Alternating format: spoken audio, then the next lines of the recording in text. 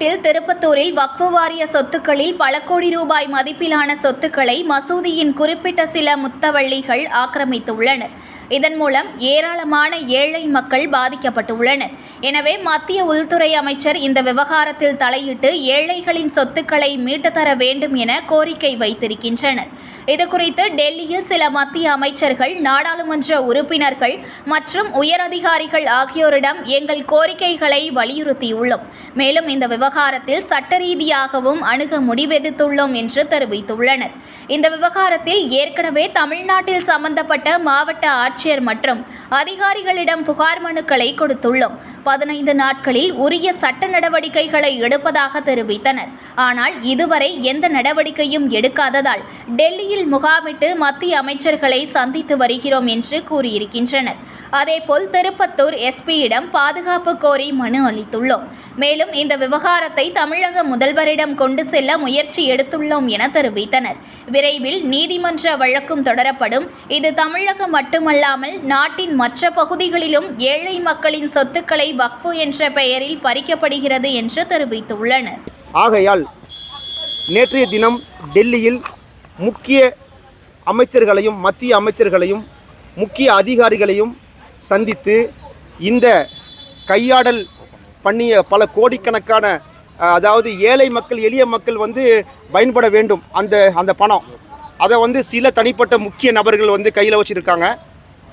அதன் விடயமாக மத்திய அமைச்சர்களை சந்தித்து மனு ஒன்று நாங்கள் அளித்திருக்கின்றோம். முக்கிய உயர் அதிகாரிகளை சந்தித்து மனு அளித்திருக்கின்றோம்.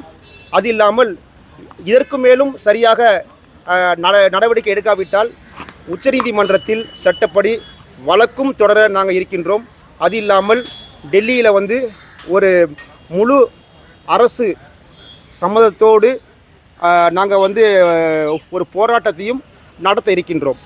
ஆகையால் மாண்புமிகு நம்மளுடைய தமிழ்நாட்டினுடைய முதலமைச்சர் மாண்புமிகு தளபதி அவர்கள் நல்ல ஆட்சி பண்ணுறாங்க.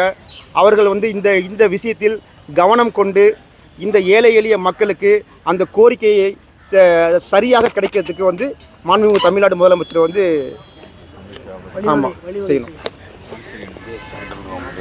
அப்புறம் நாங்கள் மத்திய அமைச்சர் மாண்புமிகு அமித்ஷா அவர்களையும் சந்தித்து ஒரு கோரிக்கை மனுவை நாளைக்கு அளிக்க இருக்கின்றோம். ஆகையால் மத்திய அமைச்சர் அவர்களுக்கும் நாங்கள் ஒரு சிறிய கோரிக்கை வைக்கின்றோம். இந்த கோரிக்கையை சீக்கிரமாக நிறைவேற்றி தரணும். ஏழை எளிய மக்கள் நல்லா இருக்கணும். அதாவது பல கோடிக்கணக்கில் சொத்து கையாடல் பட்டிருக்குது. இதை அவங்கள்ட்டேருந்து வாங்கி ஏழை எளிய மக்களுக்கு கொடுக்கணும்.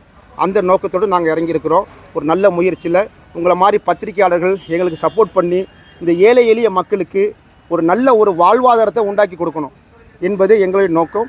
நன்றி, வணக்கம். புகழும் இறைவனுக்கு. நாங்கள் தமிழ்நாட்டிலேருந்து திருப்பத்திலேருந்து வந்திருக்கிறோம். பத்திரிகைத்துறை மசூதி பற்றி தான் மொத்தம் திருப்பத்தூரில் ஒரு பல மசூதிகள் நிறைய சொத்து விற்றுருக்குறாங்க. பத்திரிகைத்துறைக்கு, கலெக்டர் அம்மாவுக்கு, வக்ஃப் போர்டுக்கு எல்லாத்துக்கும் நாங்கள் மனு அளித்தோம். இதுவரை எந்த மனுக்கும் பதில் வரல.